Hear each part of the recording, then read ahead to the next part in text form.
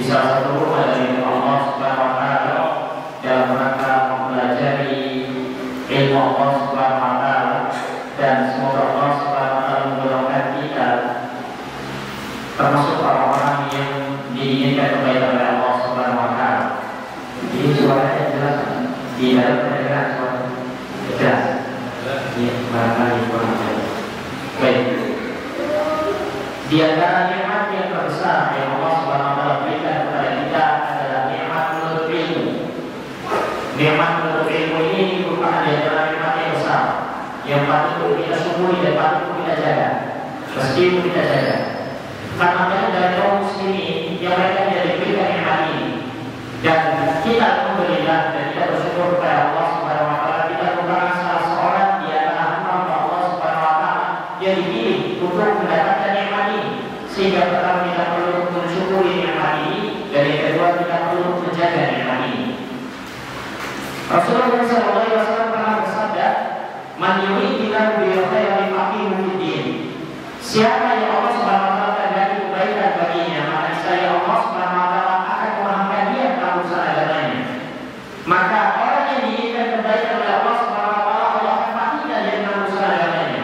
Orang yang diinginkan kebaikan oleh Allah Subhanahu wa taala, maka Allah Subhanahu wa taala akan pahamkan dia tentang urusan agamanya.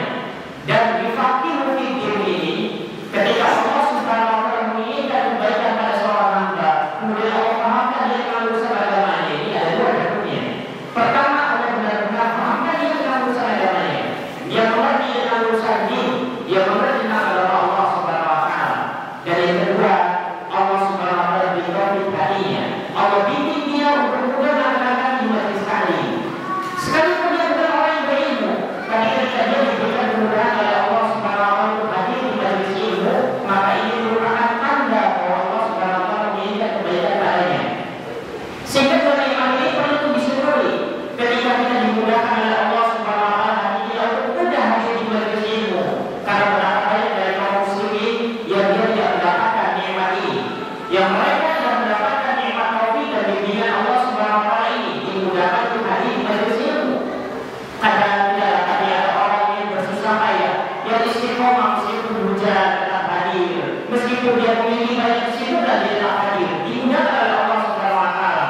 Sebagai kaum muslimin ada orang yang dia tahu bahwasanya di sana ada majelis taklim yang dia tidak memiliki apa-apa, tidak memiliki beban, tidak memiliki kesibukan dan sebagainya, namun berat untuk hadir di majelis ilmu. Sehingga nikmat ini perlu disyukuri dan perlu dijaga. Karena banyak orang yang mereka tidak merasakan nikmat ini. Kalau kita tidak mensyukurinya dan kalau kita tidak menjaganya, maka nikmat ini akan dicabut lagi oleh Allah Subhanahu wa taala. Dan kalau sudah dicabut, ingin balik lagi, ingin kembali lagi seperti ini sulit, sangat sulit sekali nantinya. Sehingga perlu disyukuri dan perlu dijaga. Dan yang namanya hadir di majelis ilmu itu bukan hanya sekedar untuk mendapatkan pengetahuan. Iblis laknatullah alaihi dan perkaranya, sebagaimana dikatakan oleh Imam Ibnu Jauzi dalam kitabnya Al-Tafsir, dikatakan bahwasanya inna i'lam anna awwala talbisi iblis 'ala nasi saddu 'anil ilmi. Ketahuilah bahwasanya itu daya pertama yang dilontarkan oleh iblis kepada manusia adalah saddu 'anil ilmi, agar kiranya menghalangi manusia dari ilmu. Ini merupakan di antara tipu daya pertama iblis kepada umat manusia. Ditambah lagi iblis telah berjanji dengan Allah Subhanahu wa taala di dalam surah Al-A'raf ayat 16. Iblis tatkala dikatakan oleh Allah telah divonis bahwa dia merupakan seorang makhluk yang terkutuk, seorang makhluk yang kekal di neraka, seorang makhluk yang dia merupakan makhluk yang terusir. Maka iblis mengatakan, "Qala fabima aghwaytani la aqudanna lahum siratal mustaqim." Sungguh demi Tuhanku, Tuhan fabima aghwaytani, karena Engkau telah menyesatkanku, karena Engkau telah mengusirku, karena Engkau telah murka kepadaku, la aqudanna lahum siratal mustaqim. Iblis berjanji kepada Allah Subhanahu wa taala saat itu. Iblis mengatakan, la aqudanna lahum siratal mustaqim. Aku pasti akan menghalangi umat manusia dari jalanmu yang lurus. Aku pasti akan menghalangi jalan mereka. Kemudian dikatakan dalam ayat selanjutnya, Allah mendatangkan kepada mereka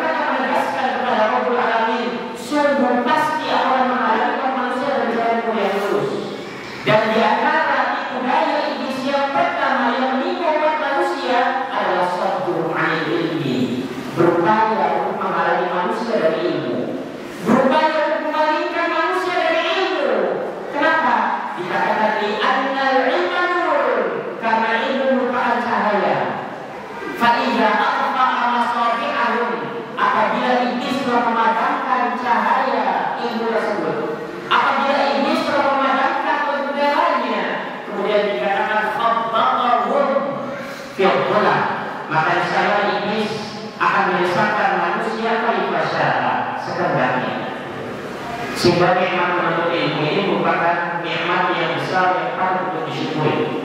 Karena iblis berupaya untuk menghalangi umat manusia dari jalan yang lurus, iblis berupaya untuk menghalangi kita semua dari jalan ilmu. Sehingga kadang-kadang bisikan-bisikan iblis, sudahlah untuk apa di majelis ilmu, sedangkan di rumah pun kita bisa sambil nonton YouTube, misalkan di rumah kita bisa baca sendiri, di rumah kita punya buku-buku sendiri, sudah tidak perlu ada di majelis ilmu. Kita masih bisa nonton YouTube, kita masih bisa baca-baca sendiri. Di YouTube lebih tiba daripada ustaz yang sedang mengisi ini. Begitulah bisikan iblis. Maka perlu diketahui bahwasanya keutamaan hati di majelis ilmu itu tidak sebanding dengan apapun. Kalau yang kita inginkan hanya sekedar ilmu, maka ilmu bisa didapatkan di rumah.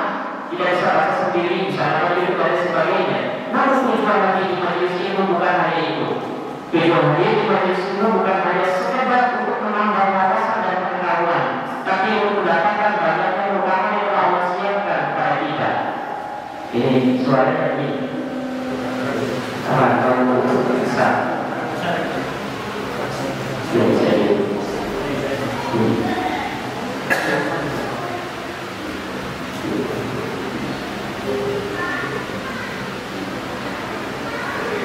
Kalau yang pernah melihat bisa tidur, anaknya saya bisa tidur. Dulu waktu kuliah juga kita melakukan sama sama juga kan bisa tidur ya. Bukan karena kita dulu kan kosan di rumah, bisa kita masih bisa jadi gerakan.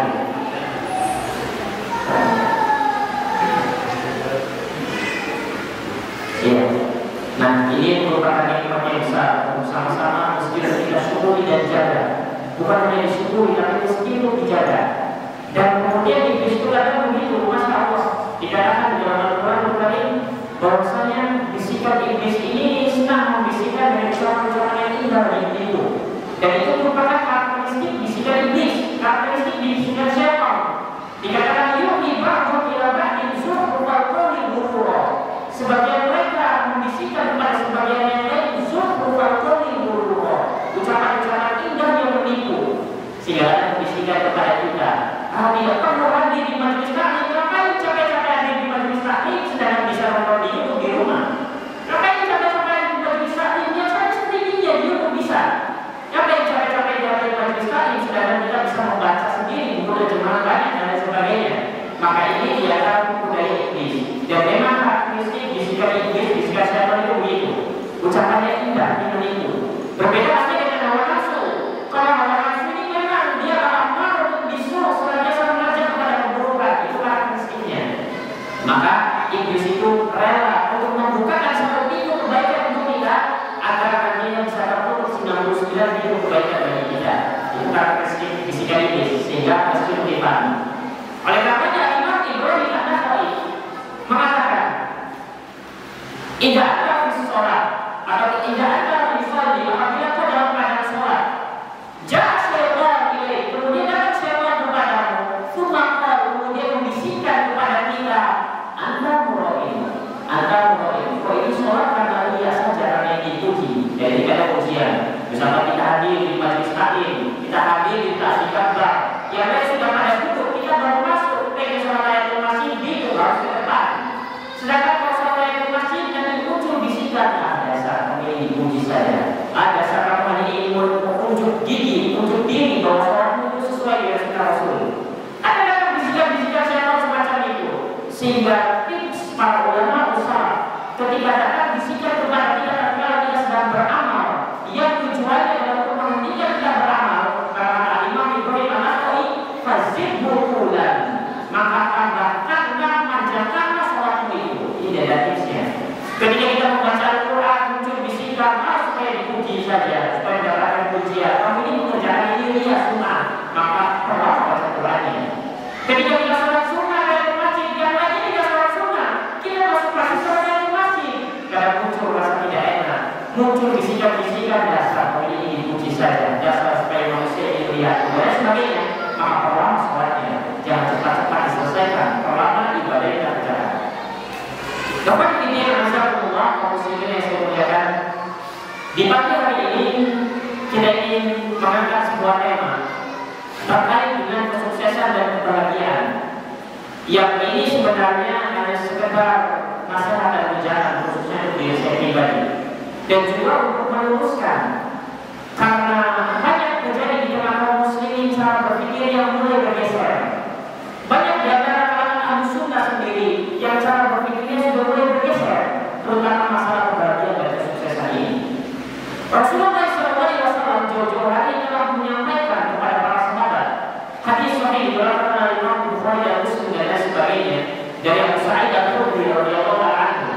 Rasulullah SAW pernah bersabda dengan para sahabatnya, "Laqad tabi'unna sanana man kana qablakum shibran bi shibrin, dhira'an bi dhira'in, hatta law salaku ju'ra rabbin lasalakumuhu." Sungguh kalian pasti akan mengikuti jalannya, kebiasaannya, sunnahnya umat-umat sebelum kalian.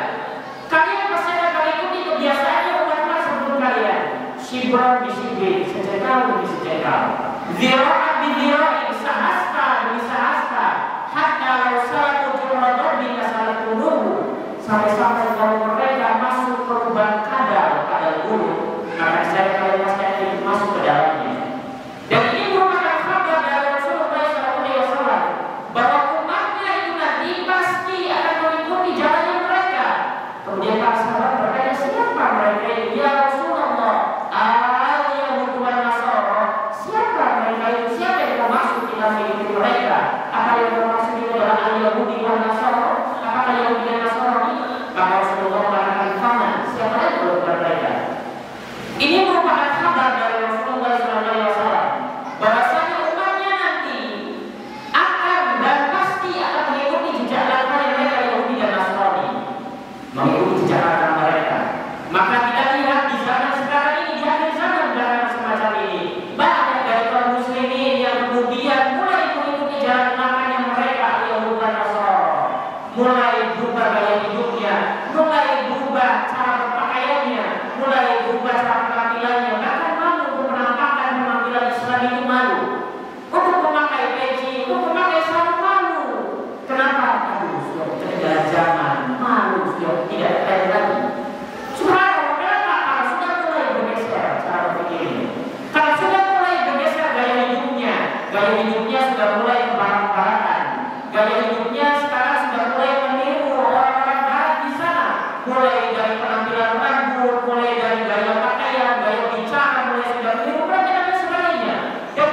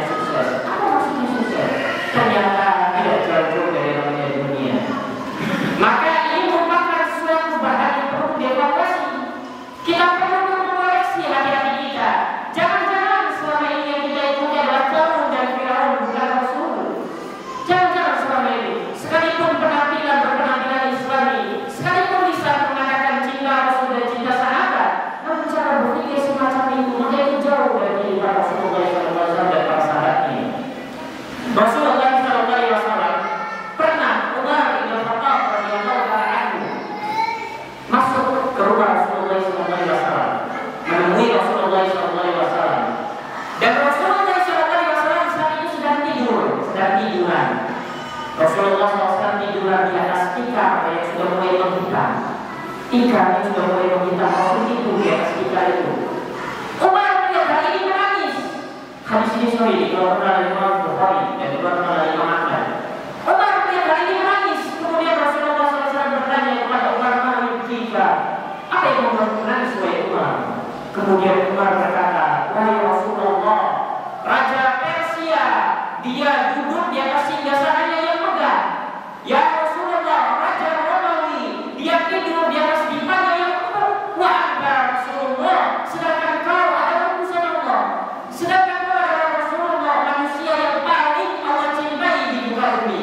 Bahkan manusia terbaik sepanjang sejarah, bahkan lebih baik, lebih utama daripada malaikat Jibril itu sendiri. Rasulullah, manusia yang paling terbaik sepanjang sejarah. Wahai Rasulullah, engkau tidur di atas tikar yang sudah mulai menghitam, yang sampai-sampai bekas tikar hitamnya itu sampai terlihat di punggung baginda Muhammad SAW. Kemudian apa kata Rasulullah SAW? Rasulullah SAW mengatakan, "Amatullah, antakuna lahud dunya wa lahul akhirah." Wahai Umar, apakah kau tidak ridho bagi mereka dunia beserta isinya dan bagi kita di akhirat? Itu Rasulullah SAW. Kemudian Umar mengatakan, ya, aku ridho wahai Rasulullah. Ini Rasulullah, manusia yang paling dicintai oleh Allah Subhanahu wa Ta'ala. Ini Rasulullah, manusia terbaik sepanjang sejarah kehidupan manusia. Ini Rasulullah, bahkan makhluk terbaik, bahkan lebih utama dan mulia daripada malaikat Jibril alaihissalam. Kehidupannya di bawah garis kemiskinan. Kehidupannya tumbuh di atas tikar yang sudah mulai menghitam. Lihatlah bagaimana dengan kehidupan kita. Rumah Rasulullah SAW itu digambarkan oleh seorang Al-Hasan Al-Basri, seorang nabi besar. Digambarkan bahwa rumah Rasulullah SAW itu apabila kita mengangkat semacam ini, maka atapnya akan mengenai kanan kita. Itu rumah baginda Rasulullah SAW yang sampai Ummul Mukminin Aisyah radhiyallahu anha saja ketika sujud harus menggeser kaki Rasulullah SAW. Itu rumah Rasulullah SAW. Padahal Rasul merupakan manusia terbaik sepanjang sejarah dan hidupnya di bawah garis kemiskinan. Hidupnya pernah beberapa bulan tidak mengepul dapurnya, pernah beberapa hari tidak makan apa-apa, sampai benar-benar diganjal dengan batu perutnya. Itu kehidupan manusia terbaik sepanjang sejarah. Kalau kita mengira bahwa yang namanya kesuksesan dan kebahagiaan itu adalah harta, kalau yang namanya kesuksesan adalah dengan berlimpahnya harta, maka Rasulullah SAW adalah seorang hamba yang tidak sukses sama sekali dalam hidup ini. Maka Rasulullah adalah seorang makhluk yang tidak bahagia hidupnya. Maka kesuksesan dan bahagia bukan dinilai dari dunia, bukan dinilai dari dunia, karena manusia terbaik semacam Rasulullah SAW saja pun hidup di bawah garis kemiskinan. Kalau kita rasakan zaman ini, sehingga kita harus memahami hal ini, bahwasanya yang namanya kesuksesan yang hakiki. Sehingga dari sini mulai dari pengajian ini harus diubah nanti, harus ditekankan, harus ditanamkan kepada anak istri kita bahwa yang sukses itu bukan begitu, dan jangan kemudian menggandengkan kesuksesan dengan dunia bagi seorang ahli-sunnah. Kalau kita adalah seorang awam kaum muslimin pada umumnya mungkin masih bisa diberikan umur. Hanya saja bagi seorang ahli-sunnah yang mengatakan bahwasanya dia mencintai Rasulullah dan para sahabatnya, maka harus diubah mindset cara berpikir semacam ini. Kalau kita mengatakan nak belajar agar menjadi orang yang sukses, bukan kemudian kita memaknai bahwa yang maksud sukses adalah seorang yang memiliki banyak harta, jabatan yang tinggi, memiliki sawah, ladang dan lain sebagainya. Bukan itu dalam kesuksesan. Dan ini azzakumullah, bahwasanya seorang itu dikatakan bahwasanya Allah menginginkan kebaikan bagi seorang hamba, manakala Allah Subhanahu wa Ta'ala mengatakan dalam urusan agamanya, sebagaimana telah kita sebutkan di awal dari hadisnya. Apabila seorang itu diberikan kemudahan untuk hadir di majelis taklim, apabila seorang itu diberikan pemahaman tentang urusan agamanya, maka ketahuilah bahwa orang semacam ini merupakan orang yang diinginkan kebaikan oleh Allah Subhanahu wa Ta'ala. Tinggal kita syukuri dan jaga kita berjumpa dengan Allah Subhanahu wa Ta'ala. Berbeda halnya dengan orang yang diberikan harta. Kalau seseorang diberikan ilmu, maka ini tanda Allah cinta, Allah ridho, Allah menginginkan kebaikan baginya. Ada memberikan harta, apakah ini tanda Allah menginginkan kebaikan padanya? Coba tidak. Maka seorang yang diberi harta belum tentu Allah cinta dan belum tentu juga dia murka. Maka kalau orang ukurnya adalah dunia, maka dunia bukan orang ukur kebaikan. Kalau orang ukurnya adalah dunia, maka orang ukur dunia bukan orang ukur kebaikan bahwa Allah cinta dan ridho padanya. Berbeda halnya dengan orang ukur agama. Siapa yang Allah inginkan kebaikan bagi seorang hamba, saya Allah pasti akan terangkan di dalam urusan agamanya. Maka ketika Allah memberikan pemahaman yang baik dalam urusan agamanya, maka ini tanda bahwa Allah cinta kepadanya dan Allah menginginkan kebaikan padanya. Berbeda dengan orang yang memberikan harta, belum tentu Allah cinta, begitu pula belum tentu Allah murka. Sehingga jangan terlalu berambisi dalam dunia, karena kalau kita memiliki dunia ini semuanya itu bukan tanda bahwa Allah menginginkan kebaikan pada kita. Sahabat yang mulia Abdullah bin Mas'ud radhiyallahu anhu pernah berkata, riwayat ini dikeluarkan oleh Imam Ahmad dalam musnadnya. Abdullah bin Mas'ud radhiyallahu anhu mengatakan bahwasanya innallaha yu'ti dunya liman ahabba wa man la yuhibbu. Sesungguhnya Allah Subhanahu wa taala memberikan dunia kepada orang yang dicintainya dan kepada orang yang tidak dicintainya. Allah berikan dunia itu kepada yang dicintainya, Allah berikan harta dunia, dan kepada orang yang tidak dicintainya sekalipun Allah berikan dunia. Sehingga dunia bukan orang ukur bahwa Allah cinta dan ridho. Sehingga dunia bukan orang ukur bahwa Allah menginginkan kebaikan atau tidak. Kemudian dikatakan wala yuhibbud din wala yu'tid din, dan Allah Subhanahu wa taala tidak akan memberikan agama, dan Allah Subhanahu wa taala tidak akan memberikan pemahaman yang baik tentang agamanya illa liman ahab, kecuali bagi orang-orang yang Allah cintai saja. Sehingga kalau orang diberikan kemudahan dalam urusan dunia, jangan kemudian dia berprasangka bahwa dia merupakan orang yang diridhoi dan dicintai oleh Allah. Tidak, bisa jadi itu merupakan istidraj dari Allah Subhanahu wa taala. Sehingga tatkala seorang itu dihalangi dari perkara dunia, ya jangan juga kecewa. Ketika dia bisnis, gagal bisnisnya, berdagang malah bangkrut, berdagang tidak bisa mempunyai terjual, jangan bersedih, jangan kecewa, karena bisa jadi sebenarnya Allah ingin menyelamatkan kita dari kelalaian. Bisa jadi tatkala Allah bukakan dunia kepada kita, malah kita lalai, kemudian yang tadinya rajin di majelis taklim akhirnya mulai berkurang, yang tadinya sepekan 3 kali akhirnya sibuk, akhirnya sepekan sekali saja, yang tadinya rajin sepekan sekali kemudian sibuk, akhirnya sudah sebulan sekali saja. Yang penting daripada tidak hadir sama sekali, yang pentingnya ada banyak. Akhirnya berkurang, akhirnya hari Jumatan saja. Sudah begitu Jumatannya ngantuk lagi. Sudah apa lagi yang diharapkan dalam hidup ini kalau begitu? Sehingga seorang harus memahami hal ini dengan baik. Seorang harus memahami hal ini dengan baik, bahwa yang namanya kesuksesan dalam hukumnya bukan dunia. Orang yang Allah berikan dunia bukan berarti Allah ridho, Allah cinta, Allah menginginkan kebaikan padanya. Namun ketika Allah Subhanahu wa taala memberikan kemudahan pada kita, ketika Allah memberikan pemahaman kepada ilmu kepada kita, maka ini tanda bahwa kita merupakan orang yang dicintai Allah Subhanahu wa taala. Lantas apa yang kita lakukan? Pertama, bersyukur, alhamdulillah. Saat ini Allah sudah mencintai kita, dan kondisi kita ini merupakan kondisi yang dicintai oleh Allah Subhanahu wa taala. Tinggal bagaimana menjaganya dia berjumpa dengan Allah Subhanahu wa taala. Karena ini merupakan nikmat. Kalau tidak dijaga dan tidak disyukuri, maka bisa jadi sore hari yang sudah Allah tadi. Sehingga mesti dipahami dan dijaga dengan baik. Khairuddin azakumullah kaum muslimin yang saya muliakan. Allah Subhanahu wa taala berfirman di dalam surat Al-Imran ayat 185 menjelaskan kepada kita, Rabb kita Allah Subhanahu wa taala menerangkan kepada kita tentang hakikat kesuksesan. Allah Subhanahu wa taala berfirman dalam surat Al-Imran ayat 185, kullu nafsin dha'iqatul maut, sesungguhnya setiap yang bernyawa pasti akan mati. Kita semua pasti akan mati, kita semua akan berjumpa dengan Allah Subhanahu wa taala. Kita semua pasti akan merasakan detik-detik sakaratul maut. Kita semua pasti akan merasakan saat-saat kita berpindah, tatkala kita berada di gerbang kematian, hari perpisahan dengan dunia, kita pasti akan merasakannya.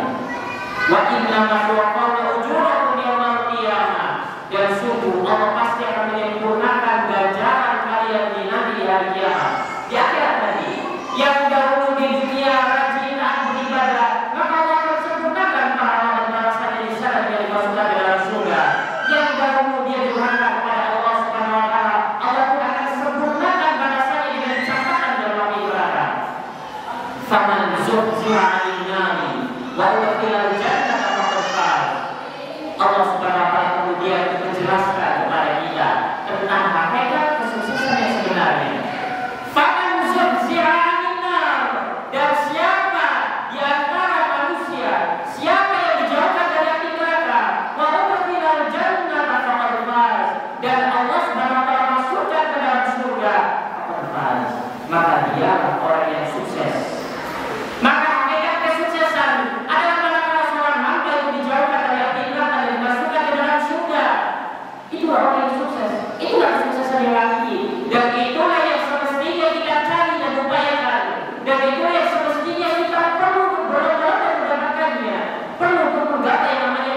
lagi ini agar kita dijauhkan dari api neraka dan dimasukkan ke dalam surga. Kalau dikasih pilihan, ingin dijauhkan dari api neraka atau dimasukkan ke dalam surga. Kalau misalnya dikasih pilihan, ingin dijauhkan dari api neraka atau ingin dimasukkan ke dalam surga, bagaimana? Masuk surga atau dijauhkan dari api neraka? Enggak tahu dulunya. Mau dijauhkan dari api neraka atau dimasukkan ke dalam surga? Jadi cuma berandai-andai saja. Biasanya kalau jam segini biasanya ngantuk, biasanya setelah ini penjelasan. Kalau pilihan begitu, pilih supaya dijauhkan dari api neraka. Karena kalau dijauhkan dari api neraka pasti masuk dalam surga.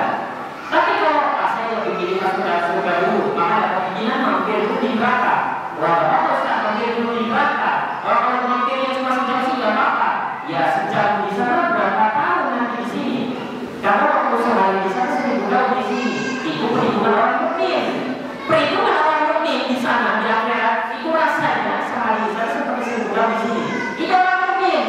Kalau kita orang yang zalim, kalau kita pelaku maksiat, maka rasanya seperti 50.000 tahun. Kita ada dalam surat Al-Ma'arij 50.000 tahun. Rasanya bagi orang-orang pelaku maksiat, bagi orang yang zalim, sehari di sana sama seperti 50.000 tahun di dunia. Bagi orang